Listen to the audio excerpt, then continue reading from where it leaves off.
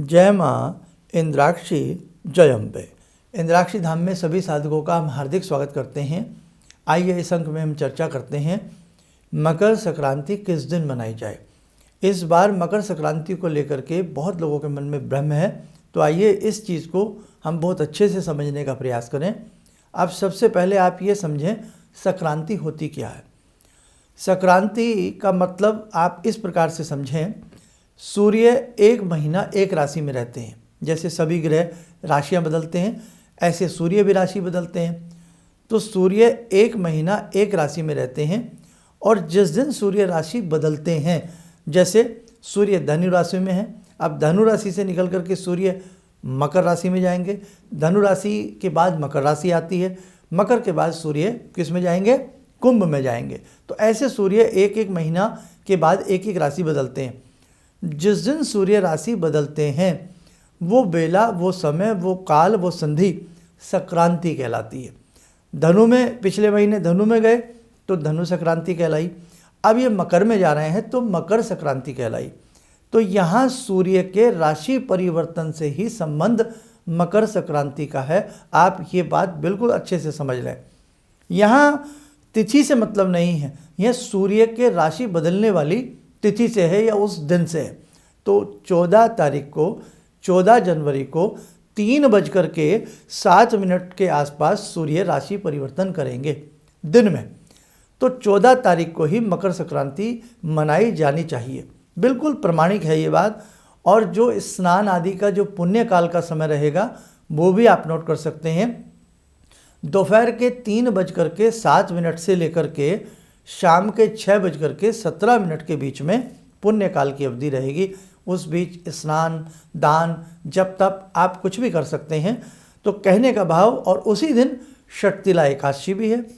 अब एकादशी को लेकर के, क्योंकि बहुत लोगों का ये अपना अपना सबका वो है कि हम एकादशी में चावल आदि नहीं बनाते हैं, तो देखो अमूमन एकादशी का सबका व्रत रहता है, जो एकादशी का व्रत रखते हैं।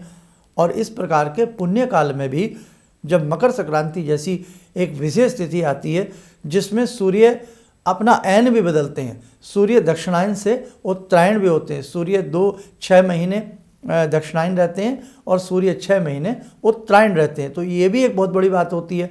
सूर्य 6 महीने के लिए उत्तरायण में आ जाएंगे, जो शुभ काल, शुभ समय माना जाता है। तो कहने का हमारा आपसे यही मतलब है कि जब ऐसे पुण्य काल में भी व्यक्ति का व्रत रहता है, जब तप करता है, साथ में एकादशी का भी व्रत रहता है, जो चावल खाने का तो उसमें सवाल ही नहीं उठता जब आप हमारा सबका व्रत रहता है।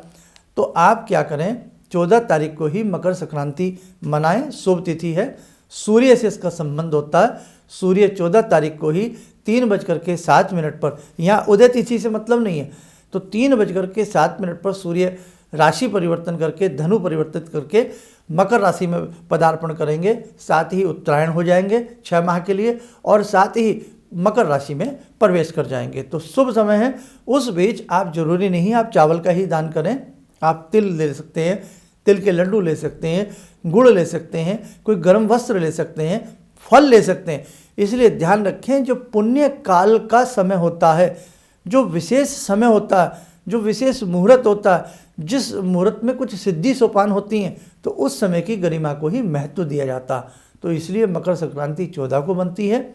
और जिनके घर में खिचड़ी बनती है या चावल आदि का जो जहाँ दान दिया जाता है, तो आप मन में भाव कर लें और आप उसे 15 तारीख में कहीं भी किसी को दान पुण्य जैसा करना चाहे कर सकते हैं। बस उस दिन आप जो हैं, आप साबूदाने की खिचड़ी बना सकते हैं और बहुत सारी ऐसी चीज़ें हैं जो घर में हम षटतिला एकादशी भी है, तिल से संबंधित हम उसमें कुछ भी दान पुण्य कर सकते हैं। इसलिए पुण्य काल का जो महत्व है, मकर संक्रांति का जो महत्व है, वो 14 तारीख का ही बनता है।